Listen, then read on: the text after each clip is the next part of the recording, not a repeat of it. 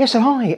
Yeah, spent quite a bit of time talking about my mental health over the past few weeks. So thought I'd focus a bit on the physical kind of side of things today, just rather than the mental. And I think the mental is going to be an ongoing thing for me, and obviously something that I need to mind very carefully, whether it's caused by the medication, impacted by the medication, but was always going to be there anyway. That definitely needs work. But physically, I'm in pretty good shape. I'm exercising well, not feeling anywhere near as kind of as kind of tired and stuff as I have been.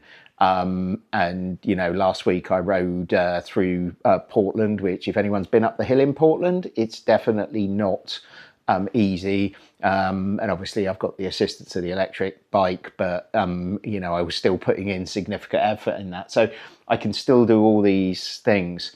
And the mottling and the rash is definitely backed away a bit. The only kind of thing that's really kind of still there and kind of give me an issue is I've got, and I will get right up close to the camera so you can see, I've got a bloodshot eye again. This is the third time I've had it since the medication started in January, and I hadn't had it for periods before that. So that's the only thing that's really kind of worrying me in any shape or form. So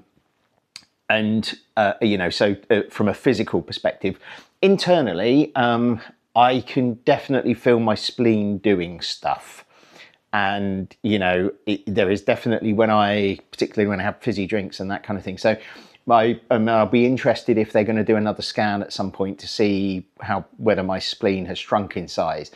I'd suggest at the moment it feels quite similar to what it did in January, although as things tick by day, you may not realise things are changing. So, but I definitely feel like the spleen is kind of still giving me a bit of kind of a hard time internally. So that's probably the only thing I'd reference there. And obviously I've got bloods coming up.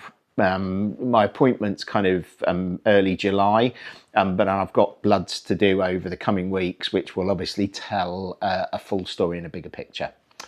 So that's how I am physically, and kind of how I'm feeling overall from a health perspective. I'll leave it there for today. Thanks very much, and I will see you on the next one.